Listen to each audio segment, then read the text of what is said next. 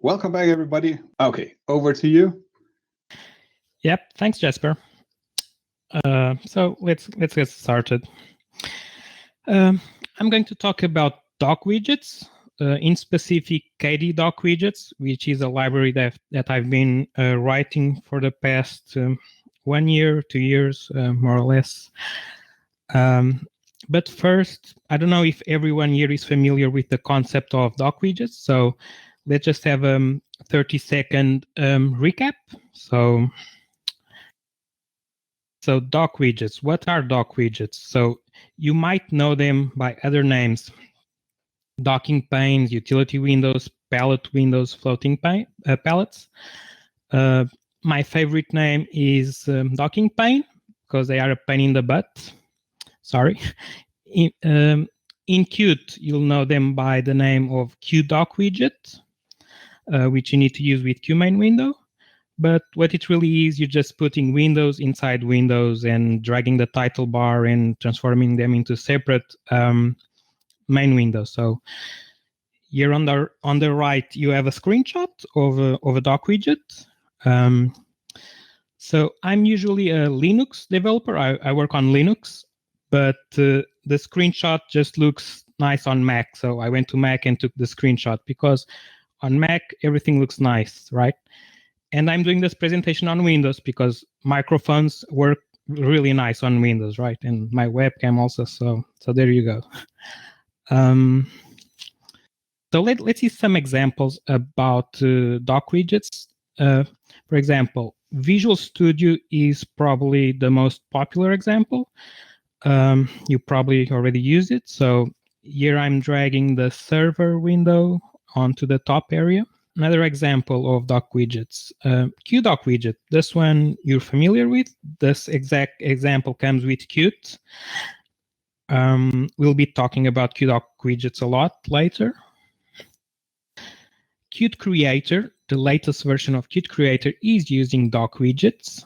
We'll also talk about it later, and in particular, why it's looking so bad. Some IDE and Junta, I've never used it, but I wanted to put some GTK examples here. It's a bit basic, at least compared with what Qt has. I don't have lots of experience with GTK, but the stuff we have in Qt is much better.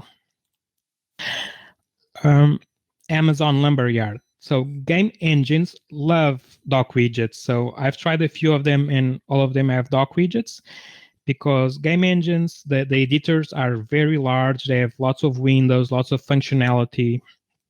So they like DockWidgets to give freedom for the people to dock their widgets wherever they want. So here you have Amazon Lumberyard. This is actually using QDockWidget from Qt, but it took months of work on top of QDockWidgets to implement custom features. So it was really very, very hard work. And in the end, it's working. And the code is not upstreamable because it was really complex. Yeah, so now we get to KDDockWidgets, which is an implementation of what I just shown. So just for some introduction, at KDAB, we don't just work for customer projects. We have some internal projects where we do R&D, research, and sometimes nice stuff comes out of it. Clazy, the Qt static analyzer for Qt, came out of R&D. HeapTrack, the memory profiler. Hotspot, the GUI for perf. Gamma Ray, you know for sure. Lots of 3D stuff. So check that out. It's all in GitHub. It's open source.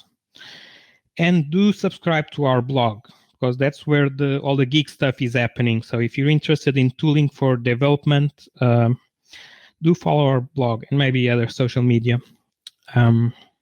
And finally, KDDockWidgets, which is the most recent effort from our R&D time that we spent sometimes. So I created it to fix some problems we had. Let's see that in a moment. So it started like 2 years ago And in one week, I went very far. I got to 90% of what I needed. But the remaining 10% took 1 year. Right. I'm kind of joking here, figuratively speaking. I just made these numbers up, but I think you know what I'm talking about. It's very easy to drag a window around, but then to get to a state of polish that you need and all the features and bugs that the customers are asking, it takes a lot of time. So it was quite a journey, but now it's really stable and it's being used on our customers, lots of them, and also open source projects are using it. So here's a basic example. If you clone and build yourself, you can run this example. Here you can see the docking indicators. They look like the Visual Studio ones and whatnot. So here we see QtIssue from Quantitative Imaging. They are helping fight cancer, and their application is using also KDDockWidgets. And you need to put it full screen so you can see it better. But as you can see, this image does not resemble the last one. So it's all a custom styling. It's very custom. Because KDockWidgets it's not just a library, it's like a framework, and everything is extensible and customizable, and we really give the power to our users to coming up with different docking solutions in a very easy way. So yeah, that's QtIssue. It's in GitHub, of course. It's GPL, it's open source, you can clone it. If you have special needs for other types of licensing, you'll have to contact KDAB, because I don't mess with the licensing. I just do code, so I don't care. But I have an open source background, and most of the KDABians work with open source, and we really love open source. So most of what we do, we try to put it in GitHub with an open source license. It's not LGPL, because if we sell a license, then I can convince my bosses to schedule me more time for KDockWidgets. So in a way, if we sell more license, the open source version also benefits, right? So, but if you have really special needs, just reach out to KDAB and they'll see what they can do for you if you have special use cases. So yeah. So now we need to address the elephant in the room. So why didn't we fix QtDockWidget? What was wrong with it to begin with? Why don't we contribute back? What's the future of QtDockWidget? So let's just talk about it before going into details about KDDockWidgets. I should have chosen another name.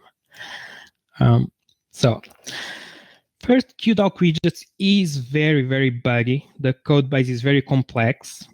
But don't get me wrong, Qt itself is very good. I've contributed to Qt in several different areas, and the code base for Qt is excellent. But QtDockWidget isn't one of those areas. It's really very complex to fix a bug. If you fix a bug in QtDockWidget, you'll create 2 regressions. If you fix a bug on Linux, you'll create a regression on Mac. It's very big, 6,000 lines of code, and it's shoved into 2 source files. Who treats the software like that? And it mixes GUI with logic, etc. And this is from Jira. There's lots of regressions. It's the area that has most regressions, and that's also why there's no new functionality in QtDockWidget nowadays. But so we cannot fix it, but we have a problem because we need new features, and our customers, they don't care that it's impossible to fix QtDockWidget. They just want it. So that means I'm going to suffer as a developer, and I've suffered a lot, not only me, but some of my colleagues at KDAB, because they need new features, and they start with QtDockWidget, and then they add hacks on top of hacks on top of hacks. So event filters, fake mouse events using private API that will break with the next Qt version. Working on weekends. It's like the first time I worked on weekends in KDAB. I've been in KDAB for 10 years. I never needed to work on a weekend, and except for fixing some bugs related to docking. I don't even like docking. I like it now because it's working fine for me, but you see what I mean, right?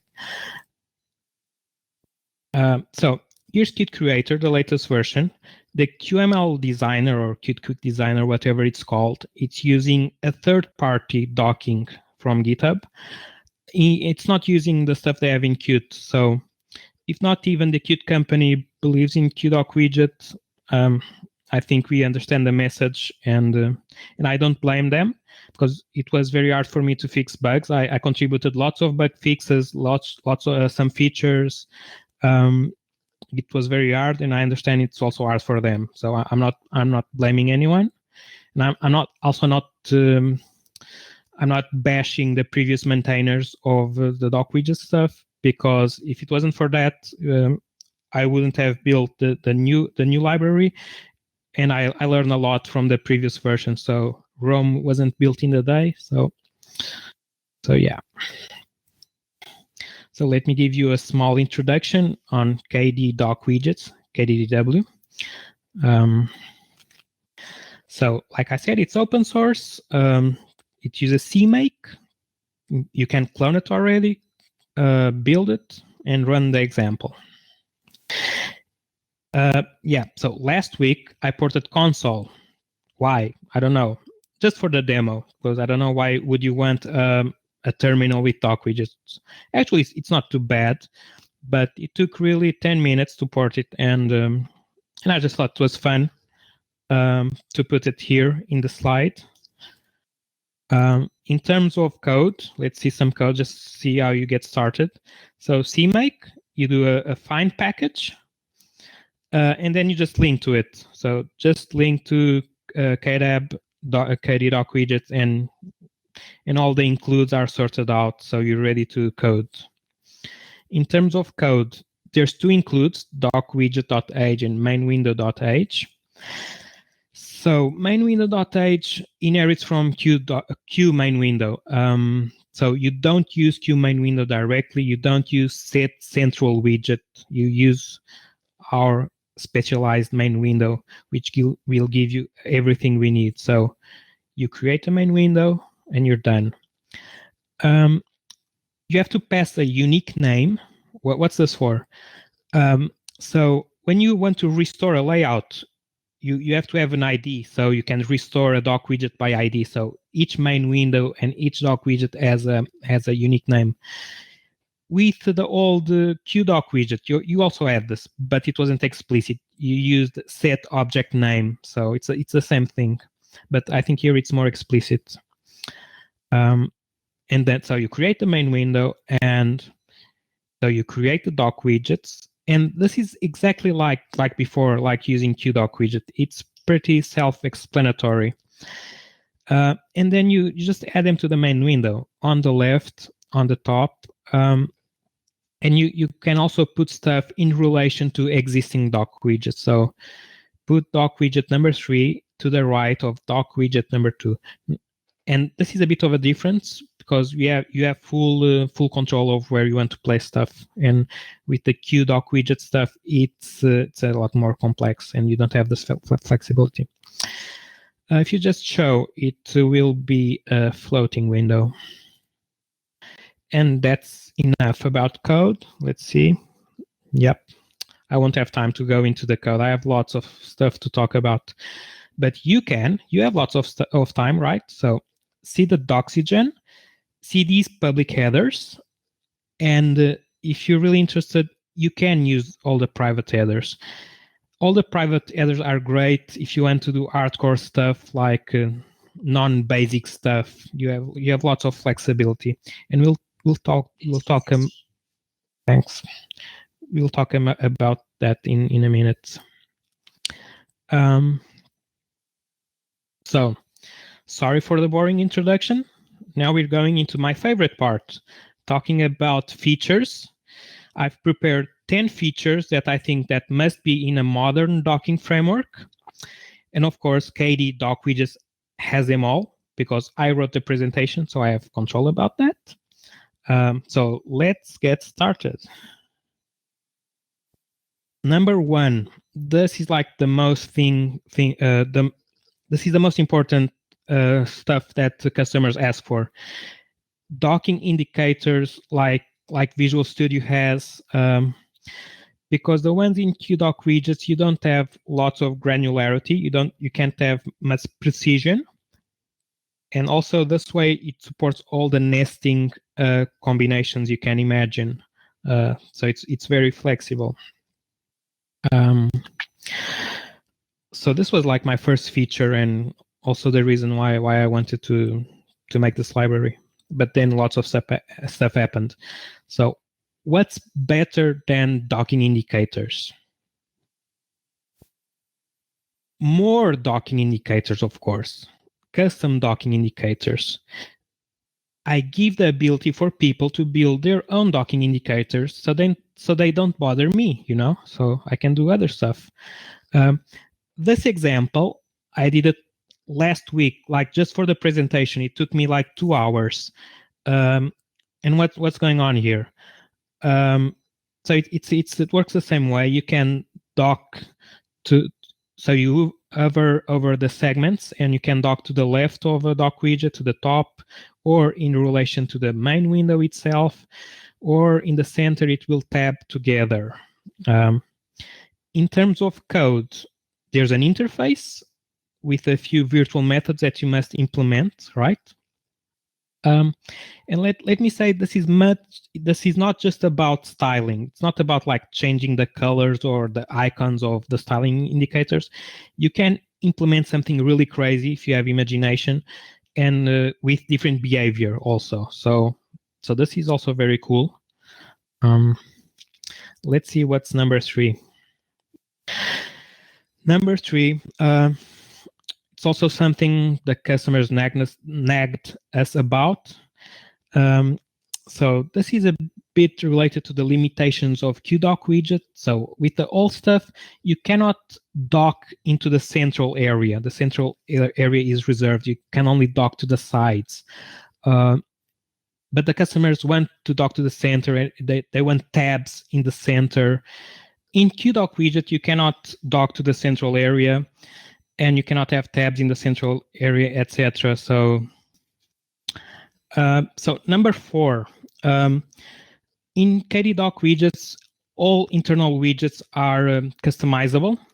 You can just inherit from the title bar or from a tab bar or from a tab widget and override the paint event, make it look different or have different behavior.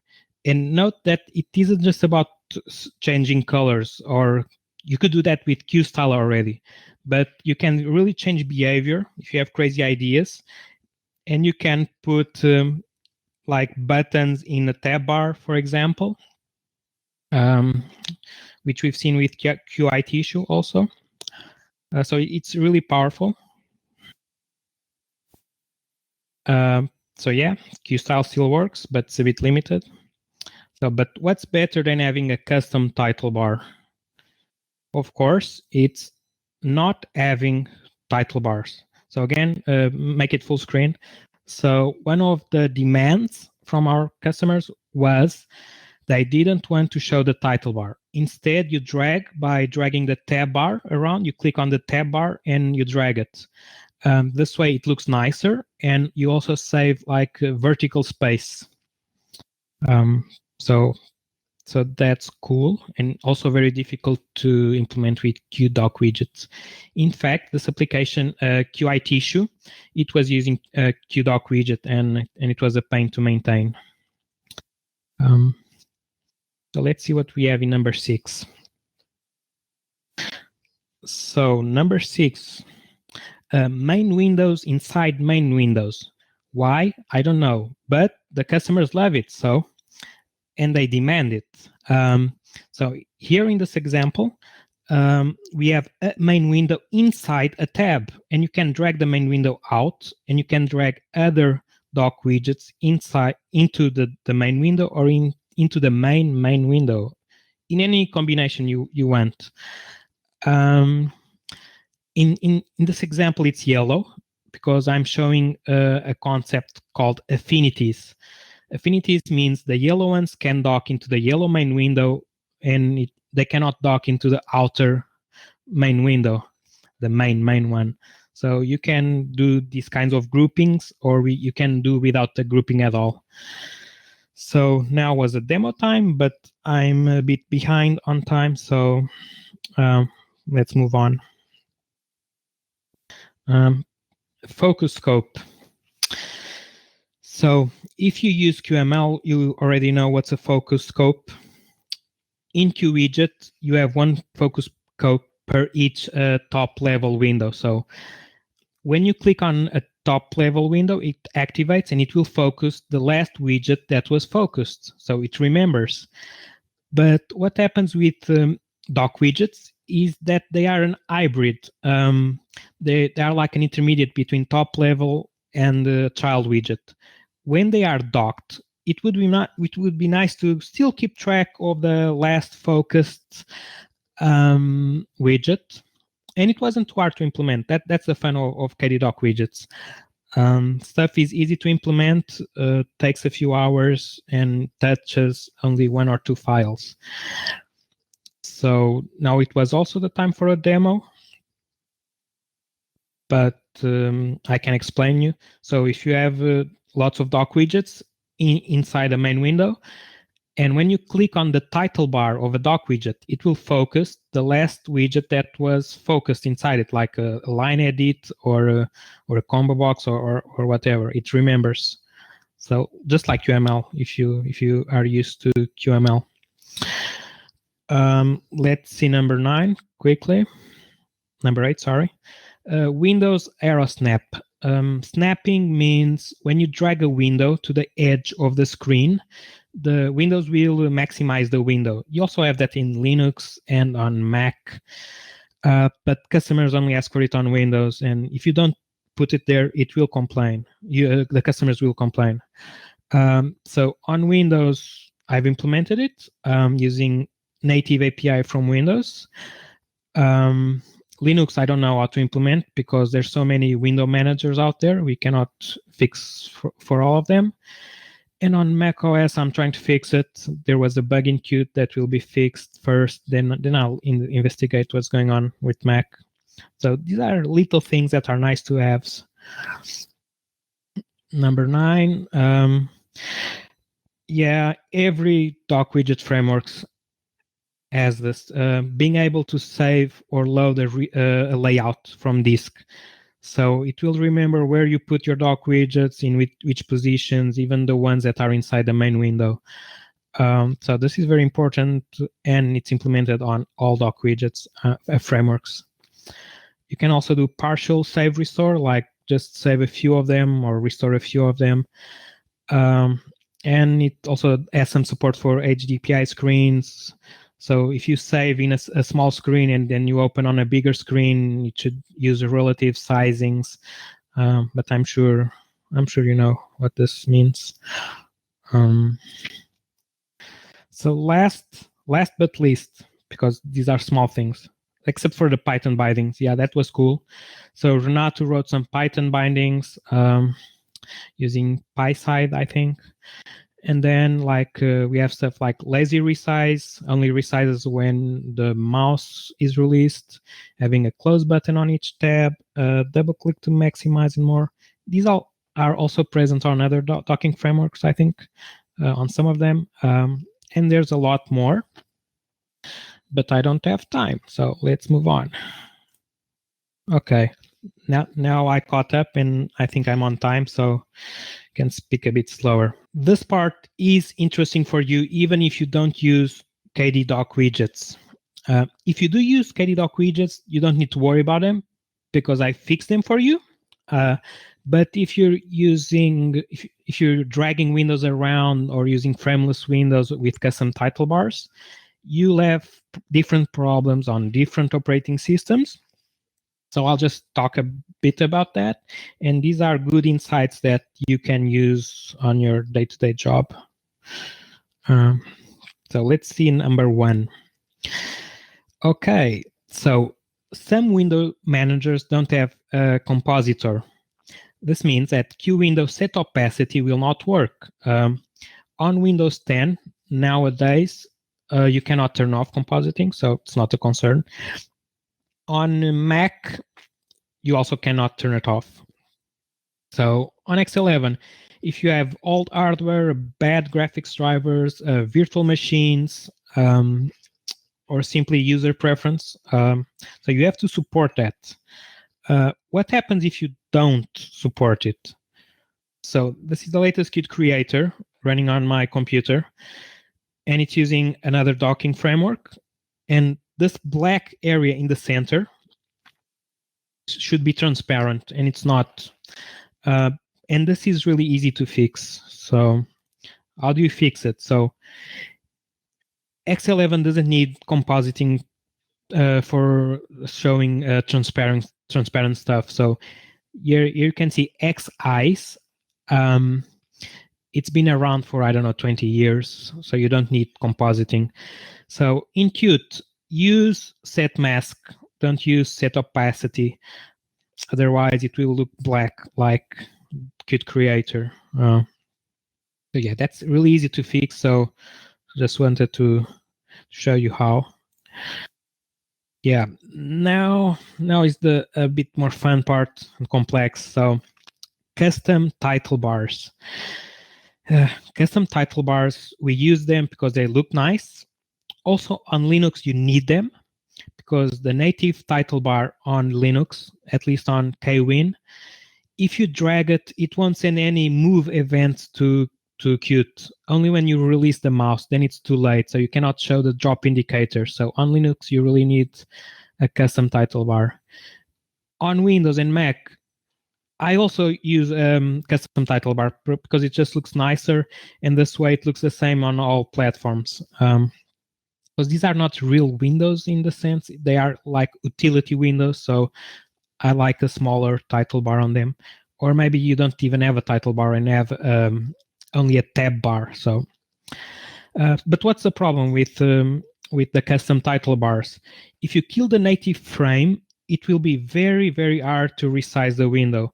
If you run the QDockWidget examples, the ones from Qt in Linux, it will be very hard to resize the windows. It has a very small margin where you must put the mouse like 1 or 2 pixels, and that's really annoying.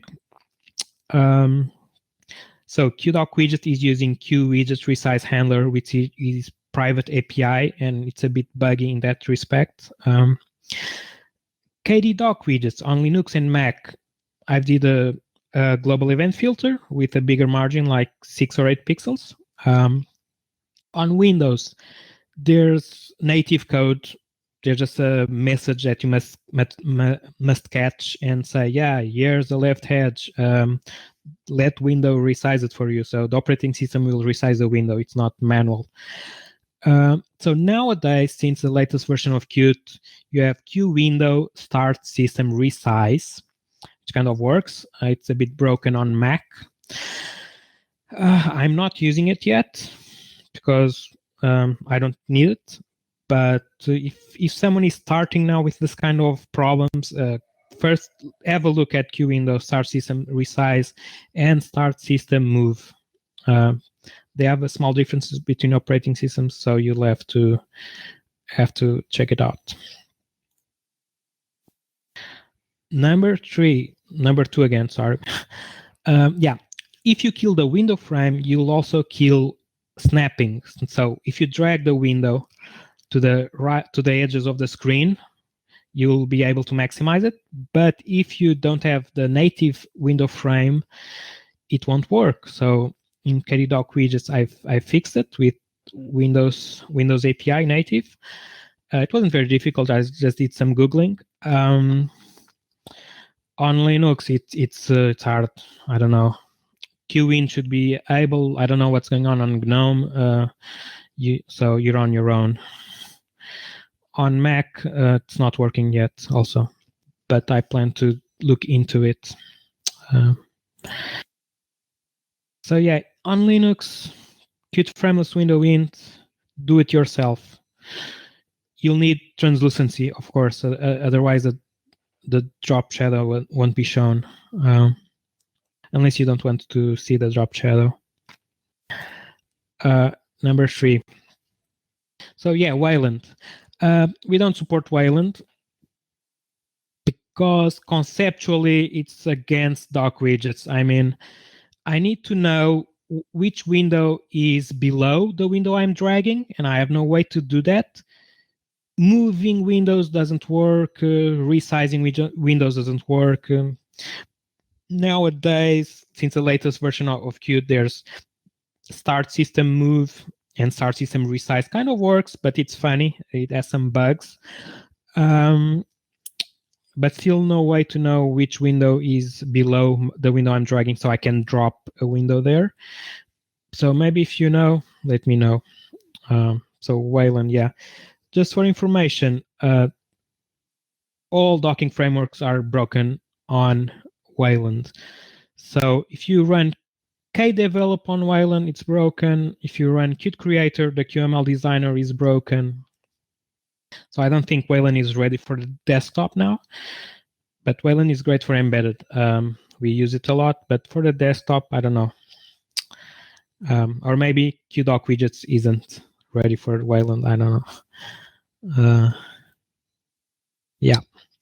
So let's see. How's my time? Yeah, not good. Layouting engine.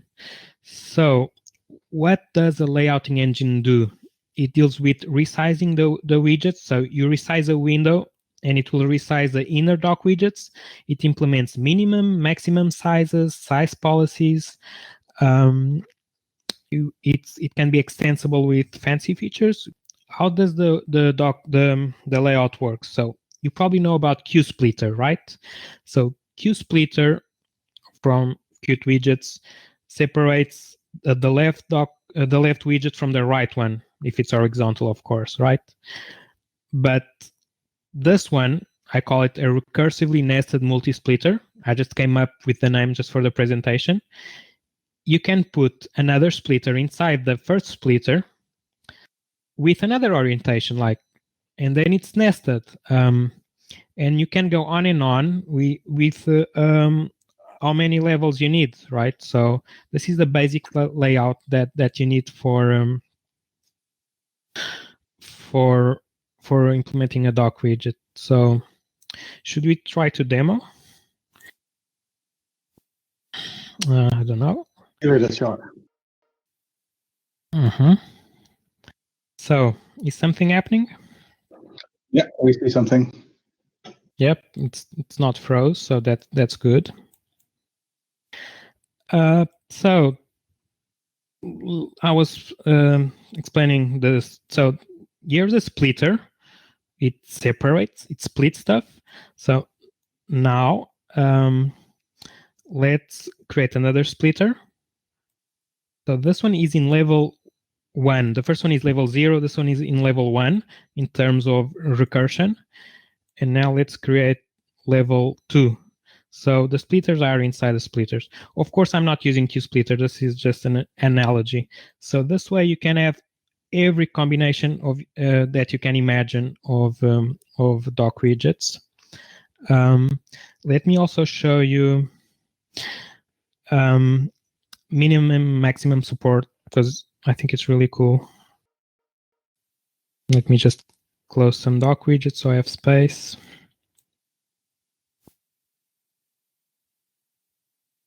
Okay, so you see, it's black, but that's not my fault.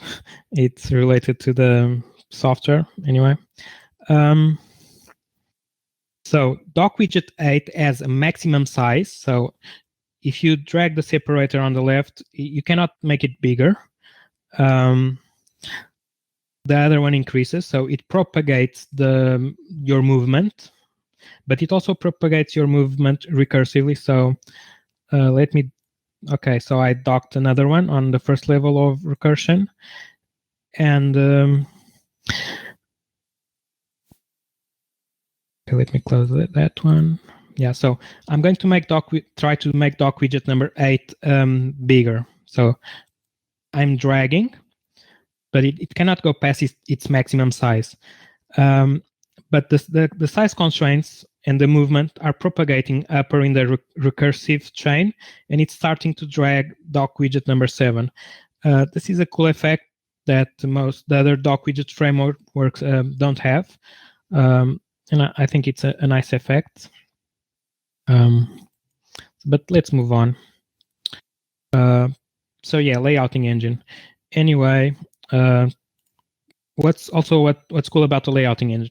It's not using QWidget. It's not using QLayout.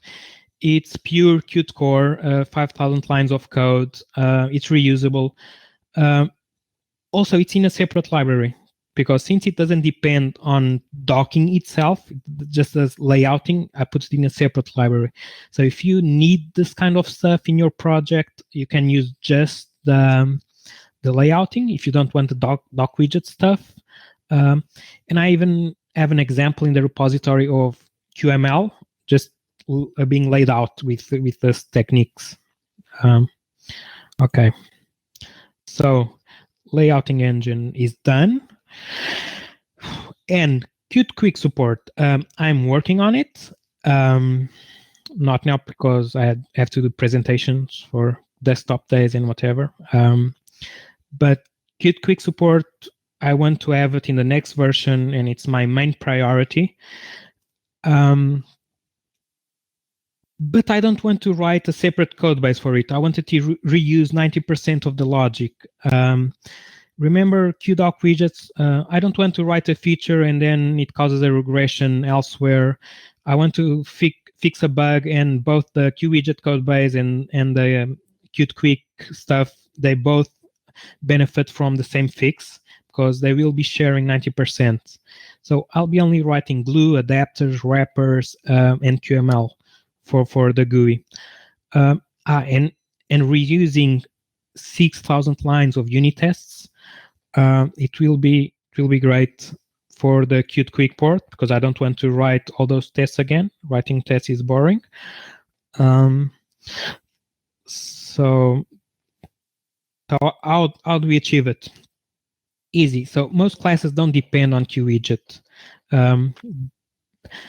Only some specific classes depend on QWidget for showing stuff on the screen, because that's what you want QWidget for, right? To showing stuff on the screen.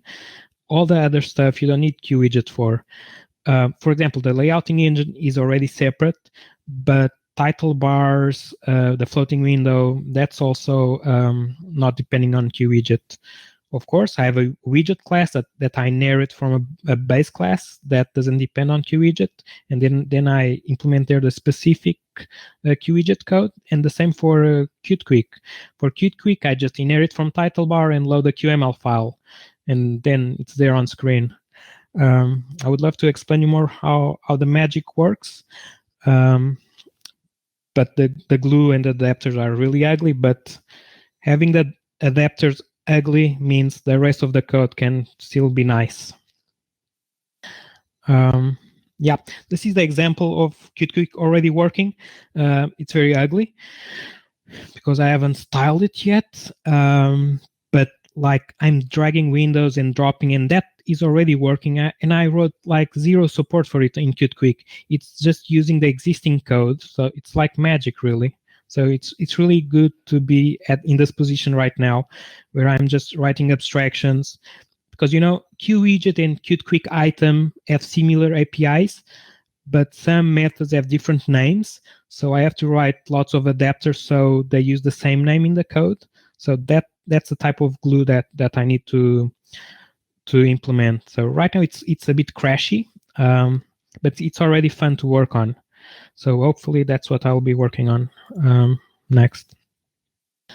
So sleeping good at night is important, and there's also some insight for you, because everyone wants to sleep good at night. And so what do you need to do? First, you need 200 automated tests. 30% of KDDockWidgets is testing.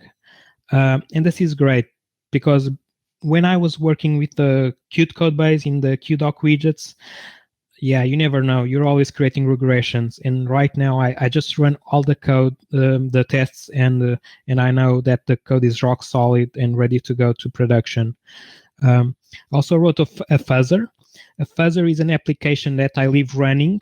And so I go to sleep, I leave the fuzzer running, and the fuzzer is testing the framework, doing random stuff, dragging windows around and all of that. And then in the morning, I see, oh, it crashed, so let's fix it. And I caught lots of crashes and bugs with the fuzzer.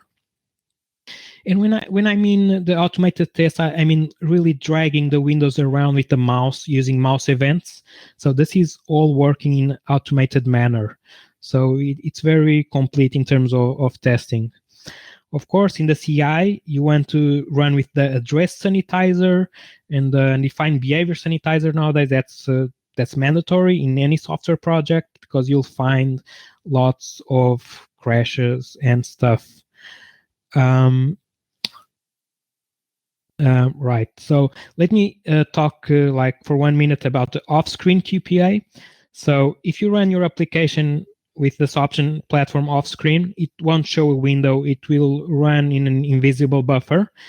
And this is very good because if your machine has 8 cores, but only 1 mouse cursor, then you cannot test stuff in parallel. And also due to focus problems or which window has focus and all not and whatnot. So with the off-screen QPA, you can just run C-tests and use 8 cores, and then it's very fast. And also for the CI, I recommend using the off-screen QPA. Yeah, I'm almost finished. Let me just talk about the roadmap.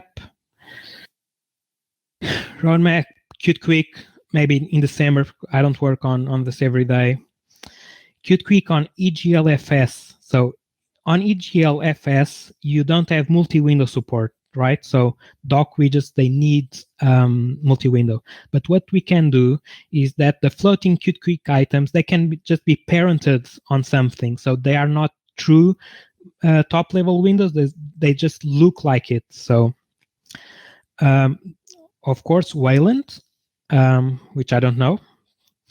And you tell me. So make suggestions and be creative, and we can see what we'll have in the future. Okay, just one more slide.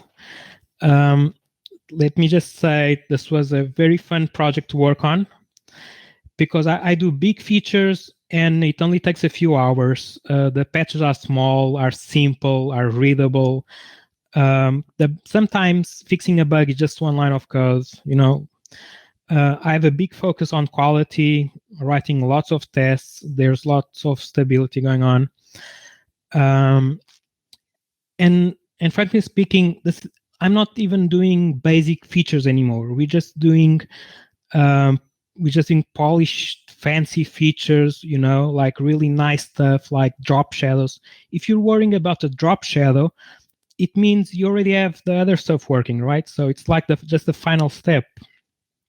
And usually I'm modest and very humble. You can ask any colleague of mine, they'll say that.